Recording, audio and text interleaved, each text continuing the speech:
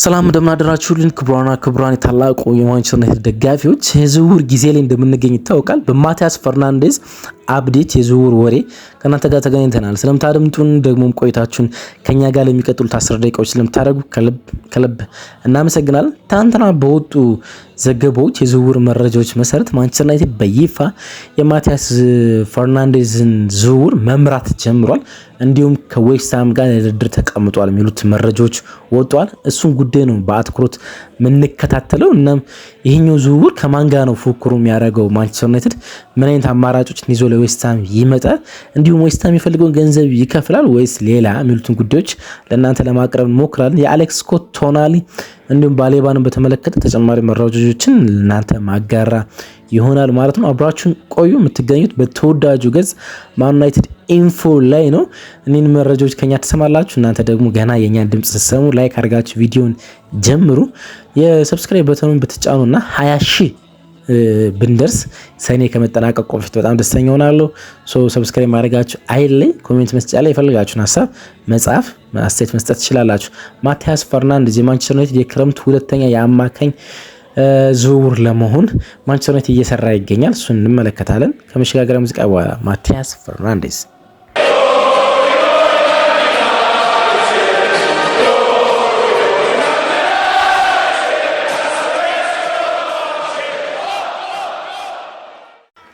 እንግዲህ ስንመለስ ትናንትና የተሰማው አንድ መረጃ የማቲያስ ፈርናንዴዝን ዝውውር በተመለከተ ማንቸስተር ዩናይትድ እና እንዲሁም ዌስትሃም ይፋዊ ድርድር እንደጀመሩ ነው።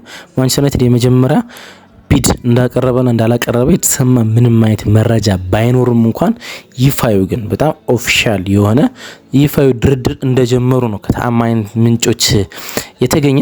እንግዲህ ማንቸስተር ዩናይትድ ትልቅ ፉክክር ይጠብቀዋል በማቲያስ ፈርናንዴዝ ዝውውር ከአርሰናልና ከሪያል ማድሪድ። የአርሰናል የሪያል ማድሪድም የመጀመሪያ የአማካኝ ምርጫ ነው ማቲያስ ፈርናንዴዝ። የውም ሚዲያዎችና መረጃዎች እንደሚጠቁሙት ከሆነ ጆዜ ሞሪኖ ከፔሬዝ ጋር ወደ ሪያል ማድሪድ ቅጥር ለመጀመሪያ ጊዜ ሲነጋገሩና በዝውውር ውስጥ ሲያወሩ ከጠሯቸው ስሞች አንዱ የፖርቱጋዝ አማካኝ ማቲያስ ፈርናንዴዝን ወደ ሪያል ማድሪድ እንዲያመጡላቸው ነው።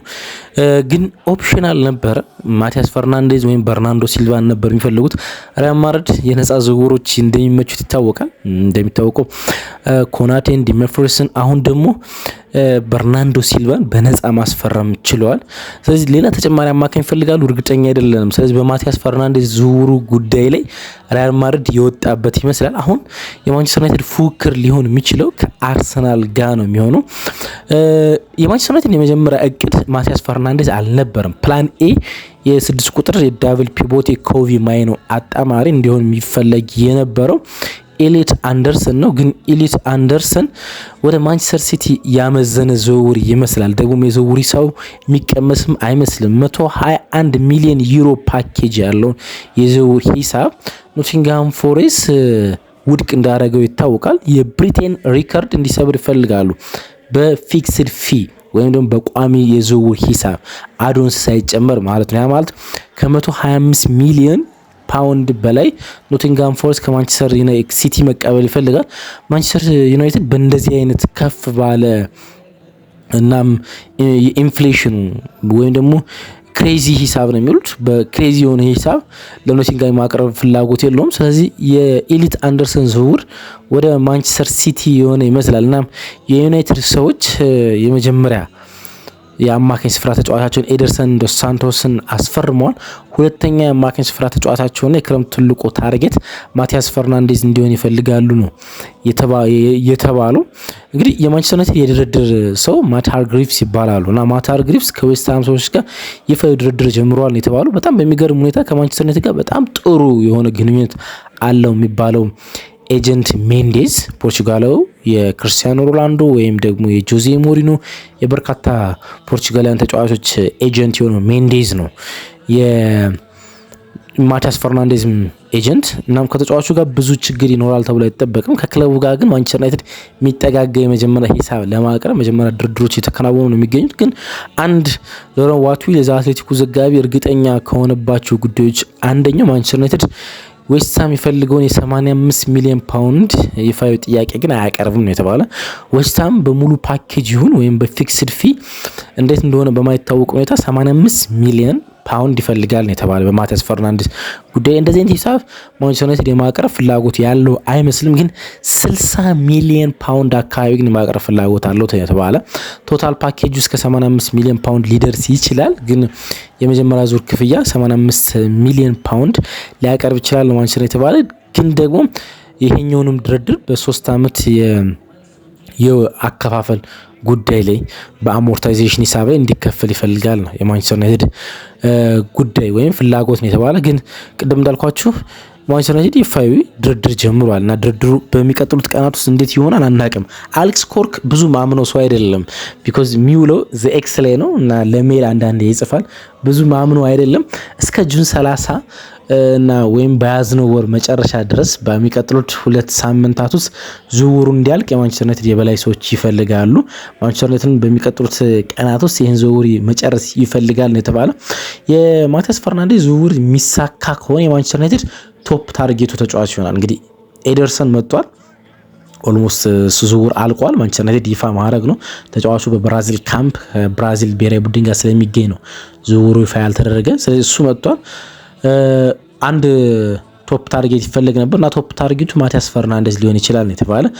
ግን ደግሞ አንዳንዶች የሚሉት የባሌባ ዝውውርም ገና እንደሆነ ነው እና የባሌባ ዝውውር ደግሞ ባለፈው የውድድር ዓመት ብራይተን ይጠይቀው ከነበረው ገንዘብ በጣም ባነሰ ማንቸስተር ዩናይትድ ተጫዋቹን የማግኘት እድል እንዳለው ነው ሚዲያዎች የሚጠቁሙት። እንግዲህ ታስታውሱ እንደ ማንቸስተር ዩናይትድ እስከ 80 ሚሊዮን ፓውንድ ድረስ ለብራይተን ባለፈው የውድድር ዓመት ለካርሎስ ባሌባ የዝውውር ሂሳብ አቅርቦ ነበር። ግን መስማማት ባለመቻላቸውና 100 እስከ 120 ሚሊዮን የአዶንስ ክፍያ ፈልገው ስለነበረ ብራይተኖች የዝውውሩ ሳይሳካ ቀረ። ከዛ በኋላ በዝውውሩ ምክንያት ባሳየው ባህሪ ከፋቢያን ሀዝለር ከብራይተኑ አሰልጣኝ ጋር መግባባቶች አልነበሯቸውም። እንዲሁም ደግሞ የተጫዋቹ ፊትነስም እንዲሁም ደግሞ በስለንቦናም በራስ መተማመኑም ወርዶ ነበር። እንዲሁም ትኩረቱን አጥቶ ነበር ነው የሚሉት ለብራይተን በጣም ቅርብ የሆኑ ሰዎች ማለት ነው። በአሚክስ ትኩረቱን እንኳን አጥቶ ነበር ነው የሚሉት። እናም በብዙ ጨዋታዎች ውስጥ ተጠባባቂ ሲሆን ተመለከተው። ደግሞ በአንዳንድ በጣም ወሳኝ ጨዋታዎች ከረፍት ሲመለስ ፋቢያን ሀዝለር ይዞ ሳይመለስ ሲቀር መመልከት ቻል ነው ወይም ደግሞ ተጠባባቂ ሲያረገው መመልከት ቻል። አሁን ሂሳቡ ሙሉ በሙሉ ወርዷል፣ በግማሽ ቀንሷል ነው የሚሉት። እንግዲህ ለዝውውር ሂሳቦች በጣም ጥሩ የሚባል የተጫዋቾችን ዋጋ ያውቃል ማርኬት ትራንስፈር እና ማርኬት ትራንስፈር የሚለው ወደ 50 ሚሊዮን ዩሮ አካባቢ ወርዷል ነው የሚለው። ይሄ ደግሞ ኦልሞስት ወደ 60 ሚሊዮን ፓውንድ አካባቢ የሚጠጋ የዝውውር ሂሳብ ማለት ነው። በጣም ቆንጆ ሂሳብ ይመስለኛል እና ማንቸስተር ዩናይትድ ከማቲያስ ፈርናንዴዝ ዝውውር በኋላ ሊያመራበት የሚችለው ወይም ደግሞ ሊመለከተው የሚችለው ዝውውር ምንም ጥያቄ በለው ወደ ባሌባ ነው የሚመስለው። ቶናሊ ስልትሉ ትችል ይሆናል። ሌላኛው ውስብስብና ሂውጅ ዝውውር የቶናሊ ነው የሚሆነው። እንግዲህ አርሰናልና ማንቸስተር ዩናይትድ የሚፋጠጡት በእነዚህ ሁለት ዝውውሮች ነው የሚሆኑት። አርሰናልም የቶናሊ ፈላጊ ነው፣ የማቲያስ ፈርናንዴዝም ፈላጊ ነው። ማንቸስተር ዩናይትድ እንደዛ ነው። ማቲያስ ፈርናንዴዝ ማንቸስተር ዩናይትድ የሚያስፈርመው ከሆነ የአርሰናል ኦፕሽናል ብቸኛ አማራጭ የአማካኝ ተጫዋች ቶናሊ ነው የሚሆነው። ግን ቶናሊ እርግጠኛ በሆነ ጉዳይ ውስጥ ኒውካስል ከ100 ሚሊዮን ዩሮ በታች ለመድረድር አይቀመጡም። እንደምታውቁት ገበያው ላይ ትራንስፈር በየአመቱ የተለያየ መልክ ነው የሚኖረው። የሆነ አመት ላይ የአጥቂዎች ይሆናል፣ በርካታ አጥቂዎች ወደ ተለያዩ ክለቦች ይዘዋወራሉ። የሆነ አመት ላይ ተከላካይ ይሆናል፣ የሆነ አመት ላይ አማካኝ በበርካታ ክለቦች ይዘዋወራል። ለምሳሌ ባለፈው ክረምት ላይ አጥቂዎች ነበር ማለት ትችላላችሁ። ቤንጃሚን ሲስኮ ወደ ማንቸስተር ዩናይትድ መጣ፣ ወይም ደግሞ ዴላፕ ወደ ቼልሲ ሲመጣ ተመለከት ነው። ጃክሰን ወደ ባየር ሙኒክ ሲሄድ ተመለከት ነው። አርሰናል ቪክተር ዮኬሬስን ዝውውር ሲጨርስ ተመለከት ነው። አሌክሳንደር አይዛክን ሊቨርፑል ሲያስፈርም ተመለከት ነው። እንደዚህ የአጥቂዎች ዝውውር ነው የነበረ ሙሉ በሙሉ ማለት ነው። ይሄኛው ደግሞ የአማካኞች ነው እና የአማካኞች ሂሳብ ደግሞ በጣም ባልተጠበቀ ሁኔታ በጣም ከፍተኛ ሆኗል። አንደኛ ብዙ አማካኞች የሚፈለጉት ከፕሪሚየር ሊግ ክለቦች ሆነና የፕሪሚየር ሊግ ክለቦች ደግሞ እንደሚታወቁ ሀብታሞች ናቸው በቲቪ ገቢ ምክንያቱም ማንኛውም የፕሪሚየር ሊግ ክለብ ከ120 ሚሊዮን ፓውንድ በላይ በቴሌቪዥን መብት ማግኘት ችሏል እና ሀብታሞች ናቸው። ስለዚህ በቀላል ድርድር ተጫዋቾችን ማጣት አይፈልጉም።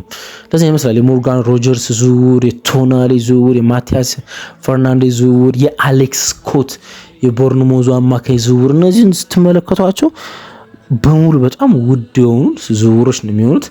አሌክስ ስኮት ሌላኛው ሊቨርፑል እንዲሁም በማንቸስተር ዩናይትድ የሚፈልግ ተጫዋች ነው። ማንቸስተር ዩናይትድ የባሌባ ዝውውር ማይሳካ ከሆነ አሌክስ ስኮት ሊዞር ይችል እንደሆነ ይገመታል። ግን ሌላ ገበያው ላይ ያለና በማንቸስተር ዩናይትድ ራዳር ውስጥ የሚገኝ ተጫዋች ነው አሌክስ ስኮት ማለት ነው። ግን ሁሉም ተጫዋቾች አሁን እየተጠራባቸው ያለው የዝውውር ሂሳብ ከ80 በላይ ነው። እናም ክለቦች ያን ያደርጋሉ ወይስ ደግሞ ከዓለም ዋንጫው በኋላ ዝውውር በይፋ ሲጦዝ እና ፒኩ ላይ ሲደርስ የተጫዋቾቹ እና ጫናም ሲበረታ ለድርድር ይመች ይሆን ይጠበቃል። ዓለም ዋንጫ ለዝውውር አይመችም። ምክንያቱም አሰልጣኞች፣ የናሽናል ቲም አሰልጣኞች፣ የብሔራዊ ቡድን አሰልጣኞች ተጫዋቾችን በዝውውር ውስጥ ተጠምደው ትኩረታቸው እንዳያጡ ስለሚፈልጉ ኤጀንቶቻቸው ጋር እንዲደርሱ አያደርጓቸውም። ከኤጀንቶቻቸው ጋር ካልተገናኙ ዝውውሮች እንትን አይሆኑም፣ አይሳለጡም። እና ማንቸስተር ዩናይትድ ያደረጋቸው ዝውውሮች አሁን ስትመለከቱ የኤደርሰን ዝውውር ከብራዚል ካምፕ ከመቀላቀሉ በፊት ነው። ማቲያስ ፈርናንዴዝ ደግሞ በፖርቹጋል ብሔራዊ ቡድን ጥሪ አልቀረበለትም። እና እንደዚህ ከዓለም ዋንጫ ውጭ የነበሩ ዝውውሮችን ፎከስ አድርጎ እየሰራ የሚገኙ ዓለም ዋንጫ ላይ ያሉ ተጫዋቾችን ማስፈረም ግን በጣም ከባድ ነው የሚሆነው፣ ውስብስብም ነው እንዳልኳችሁ።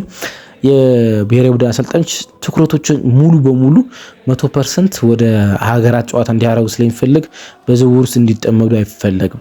ይኸውም ቶማስ ቱል ምን ብሏል ይባላል። ሞርጋን ሮጀርስን ከዓለም ዋንጫ የመጀመሪያ የእንግላንድ ጨዋታ በፊት ስለ ዝውውር ጉዳዮች እንዲጨርስ ነግሮት ነበር ይባላል። እናም አልጨረሰም። አሁን ምንም አይነት የዝውውር ንግግር ከኤጀንቱ ጋር እንዲያደርግና ከዓለም ዋንጫ በኋላ እንዲያደርግ ነው ነገረው ይባልና ሌሎችም የብሔራዊ ቡድን አሰልጣኞች ያን ማድረጋቸው የሚቀር አይመስልም። ስለዚህ ጥቂት ውስብስብ ነው። ለምሳሌ አሌክስ ስኮት አሁን ለእንግሊዝ ብሔራዊ ቡድን በይፋ አልተጠራም፣ ግን ቶማስ ቱል በካምፑስ አብሮ እንዲኖሩ ከፈለጋቸው ተጫዋቾች አንዱ አሌክስ ስኮት ነው። አሌክስ ስኮት፣ ኢተን ንዋኔሪ፣ ሪዮ ነጉማ በአሜሪካ በሚገኘው ካምፕ ውስጥ አብሮ ልምድ እንዲሰሩ ጠይቋል። አሌክስ ስኮት የሚገኘው አሜሪካ ነው። ስለዚህ የእሱም ዝውውር ለዛ ነው የተገደበ። ቶናሊ ግን ጣሊያን ለዓለም ዋንጫ ስላለፈች ፍሪ ነው፣ እሱን መደራደር ይቻላል። ግን ኒውካስል ዝውውሩን ጥቂት ውስብስብ ማድረጉ አይቀርም። ግን የዛሬው የተገናኘንበት ዋና ምክንያት የማቲያስ ፈርናንዴዝ ዝውውር ጉዳይ ነው። ማንቸስተር ዩናይትድ ይፋዊ የሆነ ገንዘብ አላቀረበም፣ ግን ደግሞ ይፋዊ የሆነ ድርድር ወይም በጠረጴዛ ዙሪያ የማንቸስተር ዩናይትድ ተደራዳሪ የሆነው ማት ሃርግሪቭስ እና የማንቸስተር ዩናይትድ የሪኳየርመንት ባለሙያና ኃላፊ የሆነው ክሪስቶፈር ቪቪያል ከዌስት ሃም ሰዎች ጋር ግን ለድርድር ተቀምጠዋል የሚለው መረጃ ትናንትና በበርካታ ሚዲያዎች ተሰምቷል። እሱን ለእናንተ ለማጋራት ነው የተገናኘ ነው።